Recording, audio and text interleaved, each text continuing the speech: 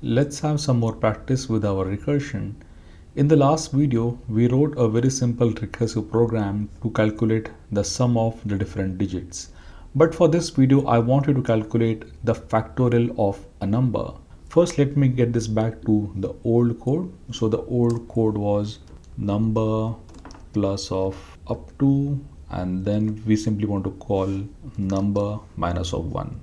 So this time what I want you to do is I want you to write a program for calculating factorial. So for example, if we have a number like 3, then the factorial would be like this: 3 into 2 into 1, and the output would be 6. So I want you to pause this video for a moment and try it on your own. So I hope you were able to do it. If not, let us do it together.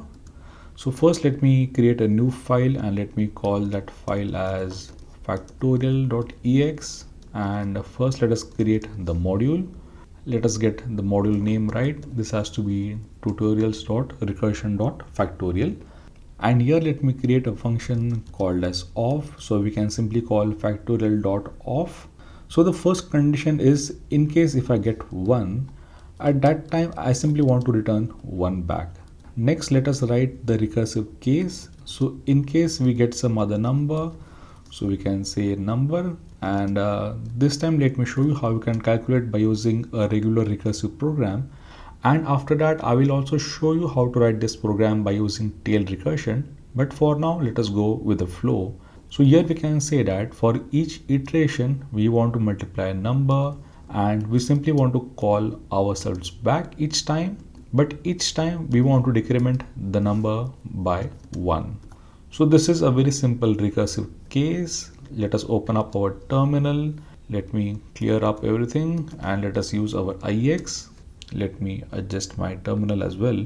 Here we can create an alias. So we can say tutorials.recursion.factorial, and let's call our function. So we can say factorial of, and let us pass 3. So we get the answer as 6. Let us try with 4. So we get the answer as 24 back. Now let us try and trace this recursive program and see what's happening. So this is the first recursive program that we wrote. So here we have the base condition define of. If we get 1, we simply want to return 1. Otherwise, we want to call this function. So now let us try and trace what's happening. So suppose we invoke this function with an argument of 3. So at that time, what's going to happen? So is 3 equal to 1? No. So Elixir will go to this function, and now what's going to happen? We have to multiply the number and call the function itself again. So here it goes. We want to multiply 3 and we want to call the same function one more time. But since we are decrementing the number by 1, so this time the argument becomes 2. Now again, is 2 equal to 1? No. So we will jump to this function. Again, the same thing will happen. We first have to multiply the number and call the same function one more time. So this time again, we have 2, and this time 2 multiplied by the same function, and the new argument is 1. So in the next iteration, we have a match on the base case. So since we have a match, we simply have to return 1. So this function would be evaluated to a simple 1. Now the control will go back to this statement right over here, 2 multiplied by and this function. So this would be evaluated to 2, and this one comes right over here. So this entire expression would be evaluated to a 2. Now the control will again flow back right over here. So this one would be evaluated something like this, 3 multiplied by 2, and we have a 6. Now there is nothing on the top. We have exhausted this function as well. That's why we get the return value as 6, which is the factorial of 3. Now let's go back to our program. So this was a very simple recursive way of creating the factorial. Next is, can you write the same program but by using tail recursion? So if you can, just give it a pause and try it on your own. Otherwise, I will show you how we can write the same program by using tail recursion. So let me create a new function right over here, and I can say off, but this time it's going to be with tail recursion. This function is going to accept 2 arguments. So the number 1 would be on number, and for the tail recursive function, first let us create the base case. So here we can pattern match on the number. So we can say that in case the number is 1 and the second argument is our accumulator, so this time I simply want to return back my accumulator. So don't worry if you don't understand, we will trace this program as well.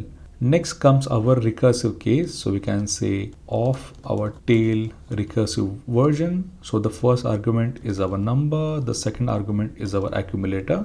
So here I can say that for each iteration, I simply want to call the same function again. So of tail recursion.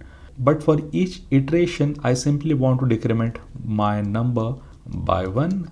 And for each iteration, I also want to multiply my accumulator with my number. Next, we can do one slight improvement for this program as well. We can also have a default value for the accumulator. So let us go ahead and let us create the function definition on the top. So remember that the function definition always goes on the top. So here we can say we want to define of our tail recursive function. The first argument is always going to become the number. The second argument is our accumulator. And for the accumulator, we want to have the default value of 1. And since this is just a function definition, we don't have to write the body of this function. And let me open up my terminal. And since we have changed the contents of the module, first let us try and recompile this module. Now let me clear up everything. Now let's try and use the tail recursive version. So we can say factorial of, this time we want to use our tail recursive function, and let us pass the argument of 3. So we get the answer back as 6. Let us try one more time with 5, and for 5 we get the answer as 120. So now let us go and try and trace this recursive program as well. So this is our tail recursive version. So as you can see, for the first line we have the function definition. The first argument is the number, and we have the default value for the accumulator, and the default value is 1. Next we have the base case, and here we simply want to pattern match on the number. So we are saying that in case the number is 1, at that time I simply want to return back my accumulator.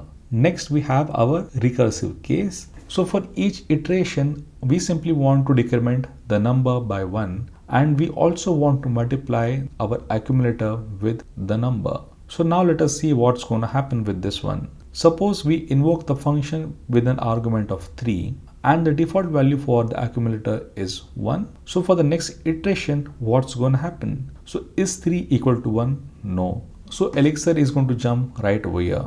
So what's going to happen this time? We want to call ourselves back. So this function will call itself back, but this time the first argument is number minus 1. So 3 minus 1, that's why we get a 2 right over here.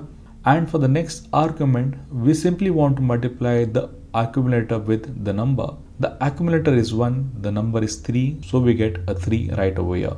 So this function would look something like this. So next again, so is 2 equal to 1? No. So we have to call ourselves one more time. So again, this time what's going to happen is we want to decrement the number by 1. So this evaluates to a 1, and we also want to multiply the accumulator with the number. So the accumulator is 3 and the number is 2. So we get a 6 right over here.